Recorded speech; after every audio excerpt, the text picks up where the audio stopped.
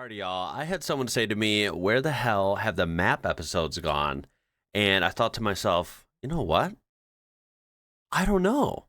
Let's fix that. There's something oddly satisfying about interesting maps of the world. Especially starting out with this one, we have daily alcohol consumption by country in Europe. Let's take a look at this. Percentage of adults that consumes alcohol daily. So lighter to darker, the darker colors being towards 15%. This is daily, okay? I wonder what this is in the US. I might have to look it up, but I assume it's probably not as high as these. We have the highest, Portugal, Spain, and Italy. Then we have the lowest with Turkey, Lithuania, and Iceland.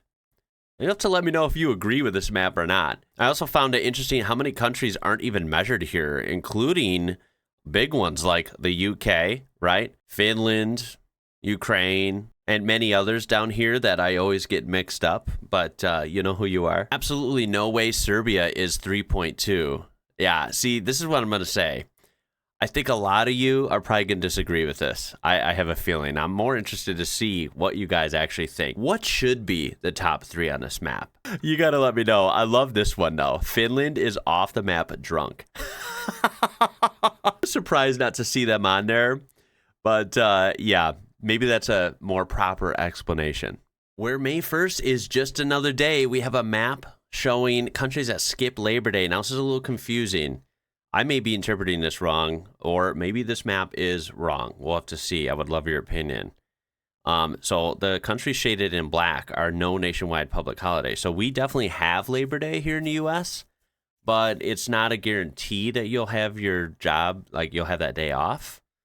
I'll have to check with some other people. I'm not exactly sure. But apparently United States, Canada, United Kingdom, Australia, New Zealand, Netherlands, Ireland, Denmark, Israel, Qatar, Saudi Arabia, United Arab Emirates, and Japan don't have it as a nationwide public holiday.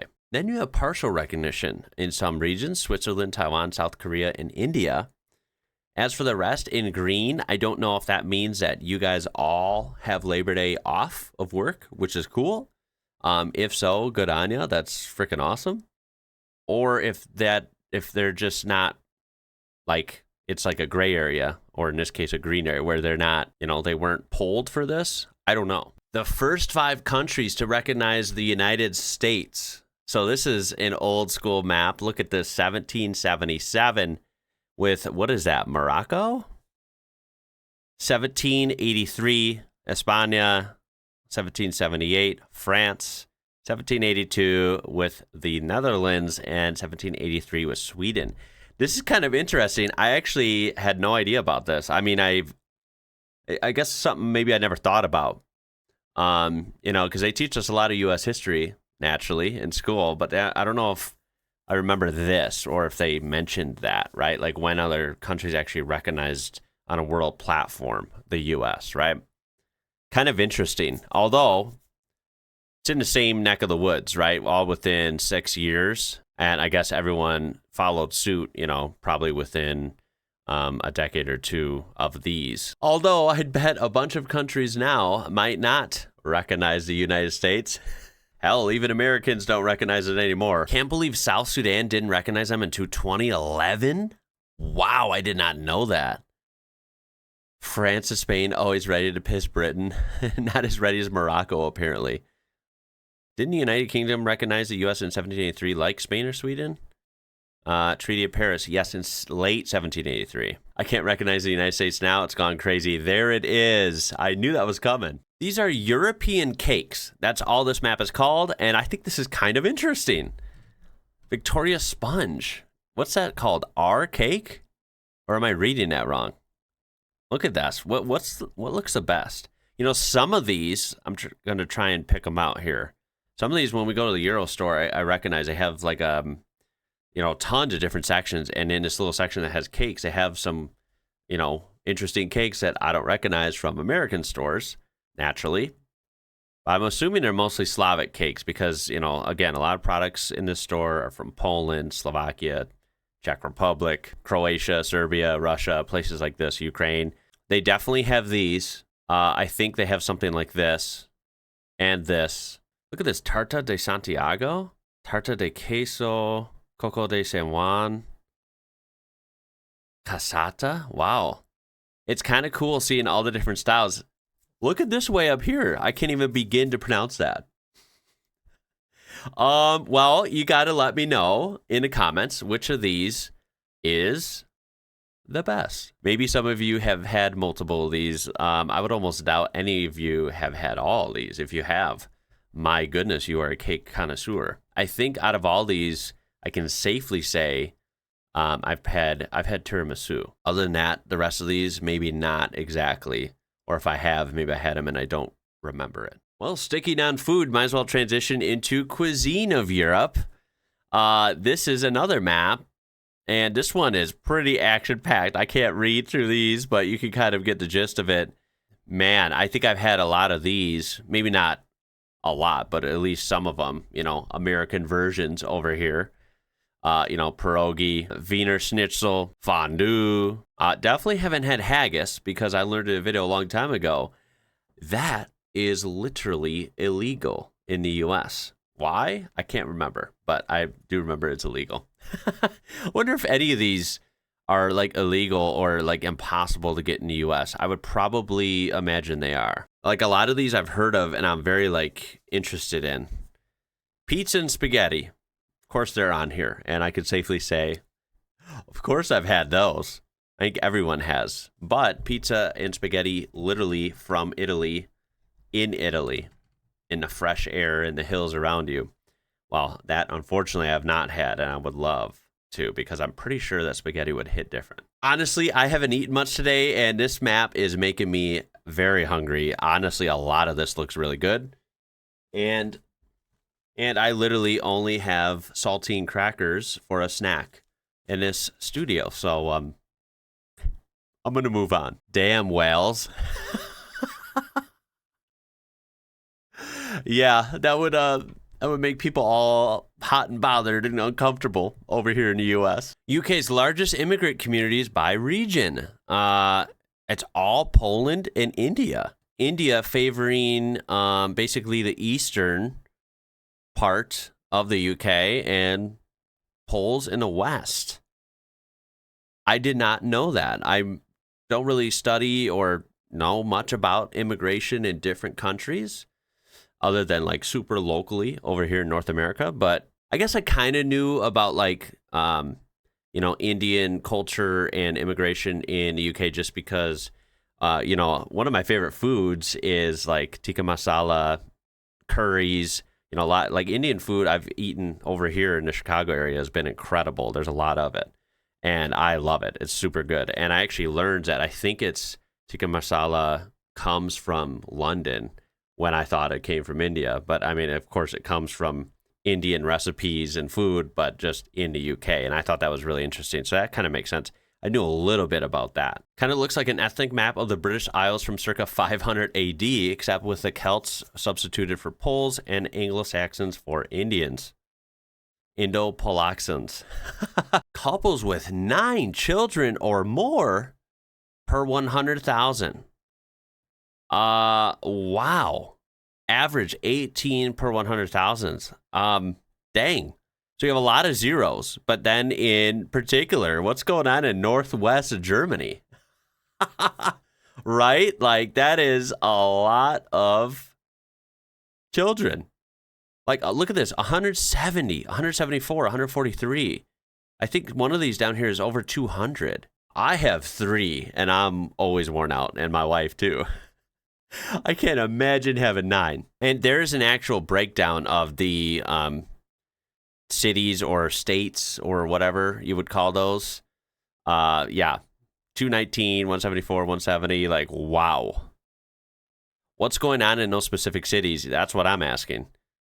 Many evangelical churches whose members are of mostly Russian German descent. It's very interesting. They're not cities, but districts. This is another version of German ancestry in North America. Now, this includes Canada as well. And I've seen, maps like this before, although I will say I'm glad to see this for Wisconsin, which is right above where I am. I'm in Illinois, where my little magnifying cursor is. Right here in this purple, that is Wisconsin. And I tell you what, when you go to all these small towns in Wisconsin, it is like so German, like the architecture, the names, everything. It's really interesting. And I've always thought that. And the maps like this kind of confirm it, right? We're talking about more than 40%. I know Europeans might not agree because anywhere in the U.S. is not Europe. I get it. But I will say for the U.S. standards, when you drive through Wisconsin, it just feels European in a lot of different things. The food, the way the roads are, like a lot of different clues. It's kind of like, yeah, this place has a lot of European influence. This is a map of every city with over 100,000 people in Europe, and it's pretty even spread. Lots of, I mean, do you consider 100,000 people a big city? I don't know if I would consider it a big city, but definitely at least a medium-sized city. You know, it's a place with some life to it and some energy, right? I mean, that's a lot of people. And generally, if it's 100,000 people in a city, the metro area is going to be even bigger. So it's going to feel like there's a lot of people around. I'm amazed by how many are in the UK, like concentrated, right? We're talking about an island. And look at all the crazy stuff going on. Also, right here, this hotspot, what looks to be, I believe, Belgium and the Netherlands. Is that right? Of course, the bigger, darker circles are, you know, bigger populations. And there are some mega populations. I'll have to look up like famous cities in Europe, how big they actually are. Because that's one thing I've always been interested over here and I never have looked at over there. You know, big cities. I'm talking about like here, you know, you would think of New York City, Chicago, Los Angeles, Dallas. They're big cities, but are they even as big European cities? I know they're not as big as like Asian cities. Pretty sure like Tokyo and Shanghai and these places have a lot more population than Chicago. Tobacco use by country can see a heavy concentration. The darker colors, the more tobacco use. Kind of not shocking because I've learned this over time. I just wonder, it's just kind of random. It's not like a good or bad thing. I just wonder why, right? Tobacco use kind of leading the way in Europe as a whole. And then randomly northern Canada, Greenland, and India coming in with high numbers as well. What would a federal EU look like that also adopts an American-style electoral college? That's interesting. This might be more relevant and more interesting to you if you live in Europe, but kind of interesting to see that breakdown. The electoral college thing, of course, right, means when a presidential candidate wins each state, right? Well, certain states are going to have more points or more votes in the electoral college. So, you know, of course, places like Texas or California will count for more winning that state than winning a smaller population state like North Dakota or New Mexico. And you can kind of see that at least mocked up here for Europe. Is this how it would go? I imagine it might. I'm not really sure. Looks like the front runner would be Germany, followed by France. The real question is this, though. Why would anyone want an American-style electoral college in the first place? I mean, you're right. It's just a mock-up, but trust me, I've been saying for a while, the way the U.S. has gone for the last like 10, 20 years, we've been steadily up and down and a lot more down. I wouldn't copy much from us. Ex-Yugoslavia cuisine, going back to cuisine real quick for this one. Take a quick look at this, see if you recognize any of these. I certainly don't, but there's, again, a lot of Yugoslavian, well, I guess just this region, right? Croatian, Serbian, Bosnian. There's a lot of that stuff around my area in the outskirts of Chicago. So I could try some of these if I kind of, you know, were to seek it out. And I should, because some of this looks a little bizarre to me. Some of it looks like it'd be really good. And I've learned over time you can't knock stuff until you try it. Just throw in the comments, though. Pick like 2 or 3 things out of this if you can, if you've had, that are just really good. You got to let me know what some of the best out of these is. Standards of paper dimensions around the world. What do you know? Another map where the U.S., or well, in this case, North America, is different. It is weird for me, right? Like living in North America, and then you see a lot of maps where we're just completely different than the rest of the world. It is kind of bizarre. We use, even in Mexico, Canada, and some others in South America, they use the U.S. letter standard, which is 215.9 millimeters by 279.4 millimeters. Pretty much the rest of the world uses A4, which is 210 millimeters by 297. Really interesting and something I never knew, but now I do. And even down to paper, sometimes the U.S. and North America, honestly, we just got to be different. In the U.S.'s case, we reject metric for some reason. Hell, we don't even want your paper. Well, this is a relevant map. The, of course, April 28th, 2025, massive Iberian Blackout.